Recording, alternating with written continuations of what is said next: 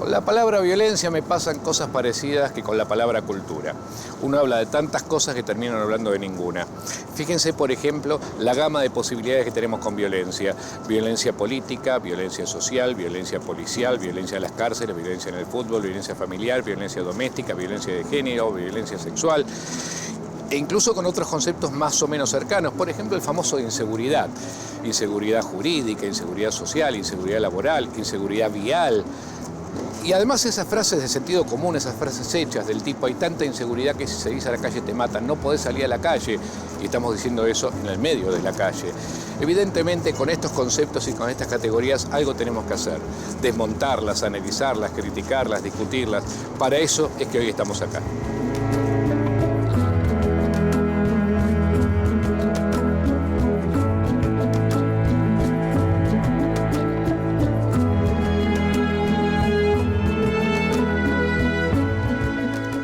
Para conversar sobre estas cosas, viendo algunas imágenes, es que hoy estamos con Gabriel Kessler. Gabriel es sociólogo argentino, doctorado en Francia en la Escuela de Altos Estudios en Ciencias Sociales, investigador del CONICET, profesor de la Universidad de La Plata, un experto ampliamente reconocido en temas de inseguridad, delito, violencia en América Latina y en la Argentina. Su último libro, El sentimiento de inseguridad, del año 2009, entre otras compilaciones y una larguísima producción. Gabriel, ¿hay alguna forma de definir violencia de manera sintética y además unánime? Sí, yo creo que el núcleo de consenso es que la violencia implica algún tipo de violencia real o potencial sobre el cuerpo propio o el cuerpo del otro. Ese es, de algún modo, el núcleo histórico y que uno puede ver también en Oriente y Occidente, y frente a eso ha habido variaciones. Algunos la han incorporado algo que no implica un daño sobre el otro, como la idea de violencia simbólica o pensar la dominación. Te iba a decir eso en principio, por ejemplo, la dominación social, la económica, dominación social, etcétera, la podemos correr en esa Yo definición. personalmente lo correría porque me parece que corre el riesgo de no mantener el núcleo fuerte que es nuestra denuncia frente a lo que implicaría quitar la vida del otro. Entonces yo mantendría fuera de ese núcleo central la idea de otros tipos de dominaciones o de sufrimientos sociales que son igualmente o son sumamente repudiables, pero que no lo igualaría a violencia. Bien, ahora, esa idea de la amenaza sobre el cuerpo del otro, la violencia ejercida sobre el cuerpo del otro, implica una larga serie de posibilidades. Una larga serie de posibilidades, desde manejar un auto hasta golpear a un niño, por la violencia doméstica, la violencia ambiental, que también implica una violencia sobre el cuerpo del otro, de manera quizás más, digamos, disipada en el tiempo, pero que también implica una violencia. Notoria y menos impactante, por ejemplo, que el golpe sobre el rostro de una mujer. Por supuesto, pero vivir al lado de un río contaminado que causa enfermedades en los niños, como se ve en la cuenca Reconquista Matanza, es una forma también de violencia porque es un daño sobre el cuerpo del otro o el propio. Pero también a eso implica una variabilidad en el tiempo, digamos. Esas violencias, por ejemplo, no eran reconocidas como tales. Hace esta última violencia, la violencia ambiental, yo te diría, por lo menos en Argentina, hace 5 o 6 años ni siquiera entraba dentro de la agenda de violencia, sí quizás en agendas ecologistas.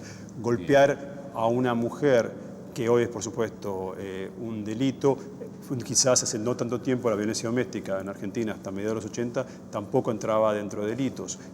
Golpear a un niño, pegar a un niño, formaba parte de la educación, que quizás todos hemos sufrido una paliza, y hoy quizás no es un delito, pero sin duda lo incluiríamos dentro de violencia. Más condenable socialmente. Totalmente. Ahora, eso es en un tiempo histórico, y en términos geográficos, ¿se puede hablar de alguna mayor proclividad o alguna mayor presencia de lo violento en, por ejemplo, América Latina respecto al resto del mundo?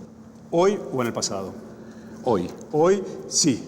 Hoy podemos decir, hoy, cuando yo digo hoy, es un hoy que es casi un guiño, casi un parpadeo para la historia, que es los últimos 30 años, incluimos el terrorismo de Estado. Sí vemos que América Latina tiene, fuera de las regiones donde hay guerras o donde se produjeron genocidios, tasas de homicidio que son realmente muy altas. Con 14% de la población mundial, solo un 4 o 5% de las armas ligeras en manos civiles, concentramos el 40% de los homicidios cometidos en el globo, por lo menos los que están documentados, del mundo. Es decir, no se trata de una fantasía o de una imagen, sino que hay cierta estadística que lo respalda. Lo mirás históricamente, las grandes guerras, los grandes genocidios, nosotros tuvimos el genocidio de los indígenas, pero fueron cometidos por... Más el terrorismo de Estado. Más el terrorismo de Estado, pero si no, las grandes guerras, las grandes matanzas tuvieron más que ver en el norte que en el sur. Y en todo caso, cuando fue en el sur, en muchos casos fueron perpetradas por el norte. Entonces, en ese sentido, aún en el siglo XX, además de los terrorismos de Estado,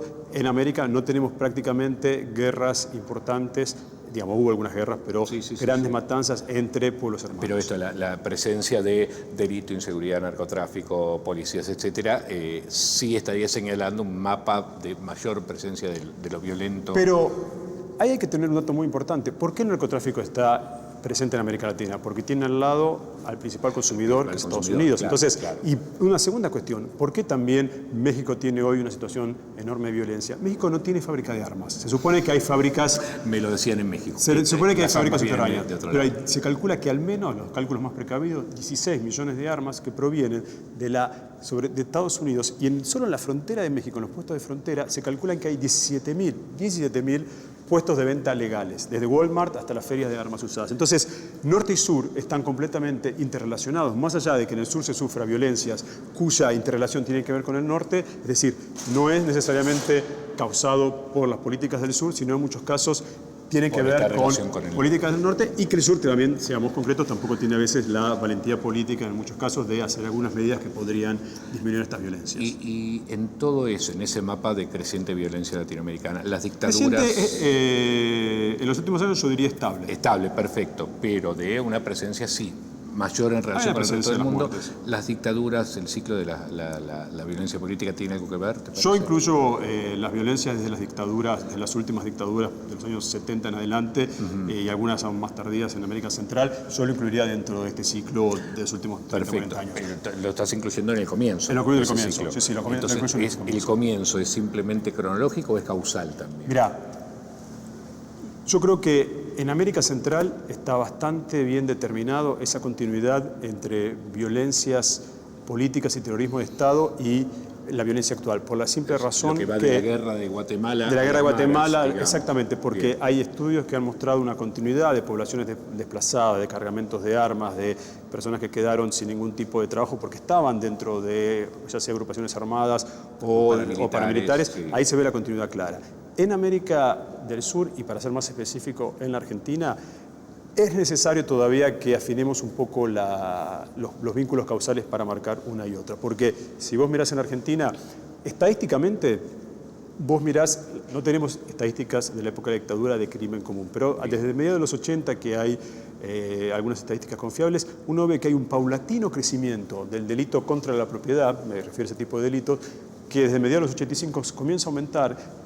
Guarda un pico en los 90, realmente en el momento en que aumenta el desempleo, la desocupación y la desigualdad, el delito aumenta mucho. Tenés otro pico en el 2002, digo 2001-2002. Ahora, permitimos un salto cronológico. Claro. ¿Cómo pasamos, a este momento, para volver al presente, ¿no es cierto? ¿Qué significa el caso Bloomberg en toda esta serie de constitución de la trama de la inseguridad? El caso Bloomberg, a pesar que está visto como un salto, en realidad fue el pico de un proceso que yo diría que viene desde mediados de los años 80. Si uno mira previamente y sigue por lo menos 10 años antes, desde el 95, la preocupación por el delito ya había pasado de los medios populares a los medios de tirada nacional. La rúbrica de inseguridad, que no existía hasta mediados de los 90, aparece como una rúbrica cotidiana. Me acuerdo, era famoso el tema de la prensa amarilla y las revistas, casos policiales. Y si estaba en algún diario de tirada nacional, estaba confinado a policiales, que no en las áreas menos prestigiosas. Pasa a sociedad, pasa a primera plana, y al mismo tiempo las encuestas iban mostrando que el tema preocupaba. Y lo que no hay que olvidar, las tasas del delito también aumentaban. Creciendo. En 2 décadas, mediados de los 80 hasta 2005, el delito aumenta, el delito contra la propiedad, un 200%, 250%. Es decir, que entonces tenemos cambia totalmente la relación. Un dato estadístico va cambiando, un dato de la percepción cotidiana, también un tratamiento mediático. Totalmente. Los medios son un actor importante de esta cuestión. Por ejemplo, veamos esto un segundito.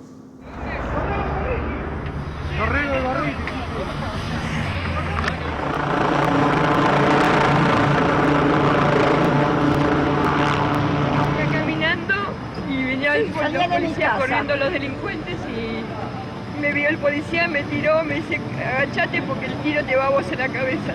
Me salvó la vida. ¿Te lo vio pasar a los ladrones? Lo vi, pero era muy Morochos no, le vi la cara. Yo traté de esconderme para que no me peguen la bala, nada más. Esa es además, programas específicos. Sí, programas que lo que te muestran sobre todo es, más allá del delito en sí, una situación de incertidumbre, riesgo, velocidad, falta de descontrol en la vida cotidiana. En todos lados, lo que yo llamo la cultura local de seguridad, es decir, un cierto nivel de riesgo es considerado aceptable, que a medida que la ciudad es más chica, el riesgo es menor, se ha trastocado. La sensación es que esto ya no es como antes. En general, hay una mirada de la Argentina de que todo tiempo pasado fue mejor. Yo soy muy desconfiado de eso. Pero lo que me parece que sí ha cambiado es que el problema se ha transformado en un problema nacional de la seguridad porque también geográficamente se ha nacionalizado. Aún en ciudades muy pequeñas o pueblos donde no sucede nada, donde la gente te dice que no sucede nada, pasan dos cosas. Por un lado, hay cerca una ciudad intermedia, mediana, donde uno va a trabajar, donde los chicos salen de noche, donde algo ha pasado. Entonces ya está una sensación de inseguridad intercomunicada. Y al mismo tiempo, la transmisión diaria de los noticieros nacionales desde Buenos Aires, dando el saldo de inseguridad de la jornada o mostrando la ola de inseguridad, esa metáfora dinámica de una ola que va desplazándose de la capital a la Gran Buenos Aires, Gran Buenos Aires va a llegar. Claro. Lo que yo vi en ciudades intermedias, pequeñas, donde decían, acá no pasa nada por ahora, pero en algún momento posiblemente llegue. La otra cuestión que me parecía importante de esto que vos decías es esa cuestión del cambio de la vida cotidiana, digamos, ¿no? Esto que estos mapas del delito intentan mostrar.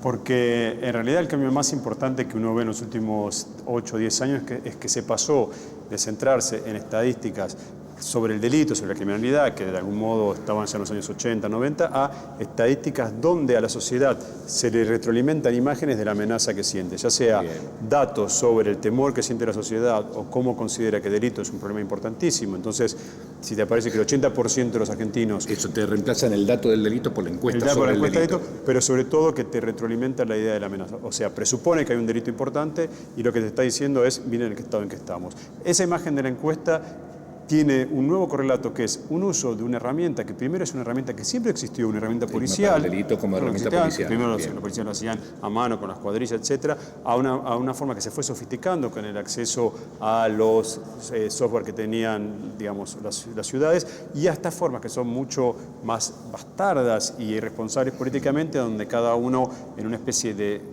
función expresiva denuncia lo que le ha acontecido. Y yo digo que es irresponsable porque el objetivo de los mapas es discriminar los puntos y las zonas donde hay más delitos para aplicar políticas preventivas.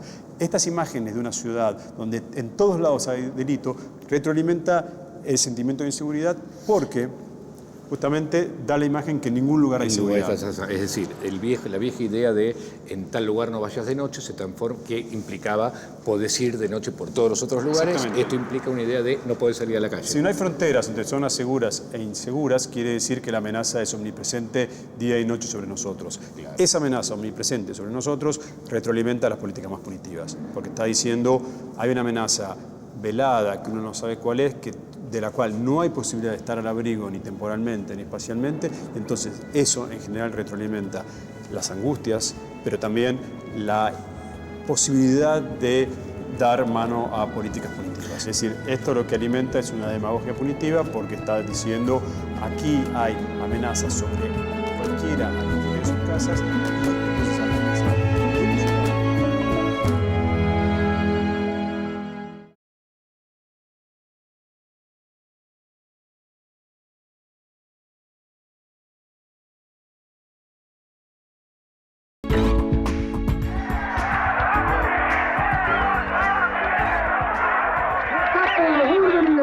De mi pueblo, nosotros todos los fogoneros, si el pueblo de Cutralcó dice levantamos, levantamos, si dice nos quedamos. Estas son imágenes de Cutralcó en el 94, el comienzo del ciclo de protesta social que reclama frente a los costos del neoliberalismo, de la década perdida. ¿Y hay alguna relación entre esa situación social y el crecimiento del delito en esos años? Sí, indudable. Es indudable que, primeramente, cuando mirás los datos, si bien, como yo decía, el delito venía aumentando desde mediados de los años 80, pero también había una degradación social en los 90, durante la década de los 90, a medida que aumenta el desempleo, a medida que aumenta la desigualdad, a medida que aumentan formas de marginalización, también hay un aumento de todos los delitos, Y en este caso, lo que estamos pensando un poco más acá, que son los delitos contra la propiedad y en muchos casos los que tienen que ver más con sectores más subalternos. Entonces, esa relación entre desigualdad y aumento del delito está muy documentada en la Argentina. Hay un estudio que muestra que cada 10% que aumentaba el coeficiente de Gini, o sea, el indicador de mayor desigualdad. La desigualdad entre la concentración de la riqueza en sectores más ricos y más pobres. Aumentaba entre un 6, 7, depende del tipo de delito, un 6-7% el delito. Entonces,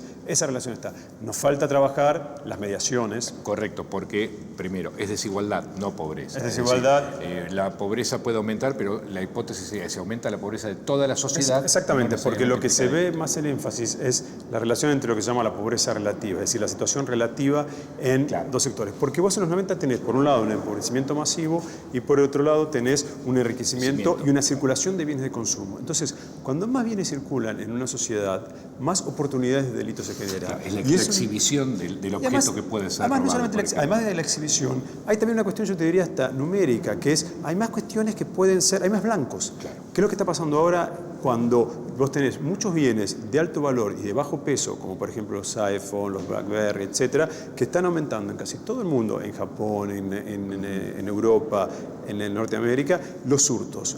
No porque haya habido un cambio necesariamente en la situación social, sino porque hay más disponibilidad de bienes, lo cual nos lleva a la relación que hay una parte de estos delitos... No solo de la ostentación, sino cierta mayor factibilidad. Exactamente, o sea, esto para decir que nosotros en general ponemos mucho énfasis en las causas, en lo que sería la etiología del delito.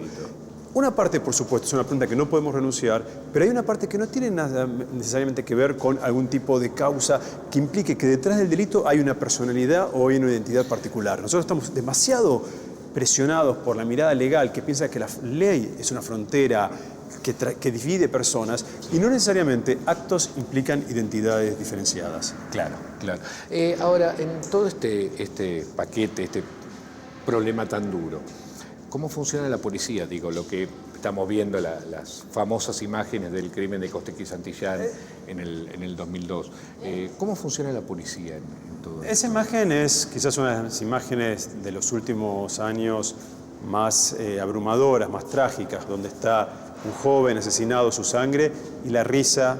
Exacto. De un policía, el cadáver y la risa. El contraste es como muy provocativo. Es un contraste terrible y que habla de que la violencia policial, lo que se ha llamado la violencia institucional, no es, como a veces la policía ha querido decir, un exceso, una falla individual, sino parte de un funcionamiento institucional que ha hecho de una forma de uso ilegítimo de la violencia una manera de actuar. Seguro que no es parte de la solución el cazador sonriendo junto a su presa. Esto es una de las imágenes más atroces que podemos ver. Le falta cortar la cabeza y exhibir en las imágenes más atroces y el impacto político que tuvo esa imagen fue muy fuerte en transformar lo que la policía primero dijo que era un caso de defensa en una muerte a sangre fría buscada. Lo que la secuencia muestra. Y lo que muestra justamente es que lo que hay que desactivar son mecanismos y dispositivos institucionales que usa parte de esa violencia ilegítima, ilegal, porque la policía tiene una parte de violencia legítima, para regular determinados conflictos con determinados fines políticos. Y eso ha sido una constante, yo diría, en gran parte de la historia de la policía argentina, que es una policía sobre todo de orden. Correcto. Y digo, de orden político y de orden en las calles, sí. Y desde la dictadura, por supuesto, donde hay una alianza, donde la policía es parte del aparato represivo, y desde la restauración democrática hasta ahora ha habido intentos por disminuir esa violencia policial. El caso Budge, por ejemplo, no es de la dictadura. El caso Budge fue el caso, claro, fue un caso del 87, donde fueron asesinados 3 jóvenes de ingeniero Budge, que se logra en el 91 un primer juicio y luego un segundo juicio, que es la primera vez en que van presos policías por violencia institucional y que significó un primer aprendizaje de una parte del movimiento de derechos humanos de que había que incluir a los temas de violación de derechos humanos en la dictadura otras violaciones de derechos humanos. Bien, ese es el momento en el cual eso entra en la agenda de derechos humanos. En realidad. Del Centro de Estudios Legales y Sociales.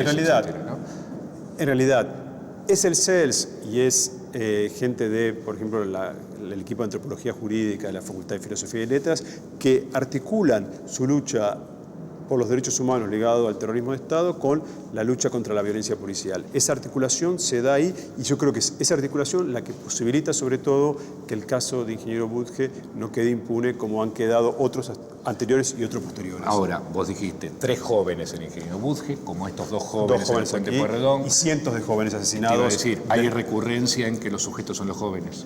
Los sujetos de la violencia policial en su amplísima mayoría son jóvenes, varones y de sectores populares. Esas 3 características en los casos de jóvenes asesinados es casi imposible de soslayar. Entonces hay un sesgo de la violencia policial con los, entre comillas, sospechosos de siempre. Y hay también, del lado de esos jóvenes que me ha tocado trabajar, un gran temor a la policía. Un temor justificado. Claro. Bien. ¿Nombre y apellido? Bueno, soy Álvarez. ¿De qué unidad proviene? Aún no duermo. ¿DNI se acuerda? No recuerdo. Bien. ¿Nombre y apellido? Romero Aguilar Adrián. ¿De qué unidad proviene? La 1 de Olmo. ¿DNI se acuerda? 31 540 160.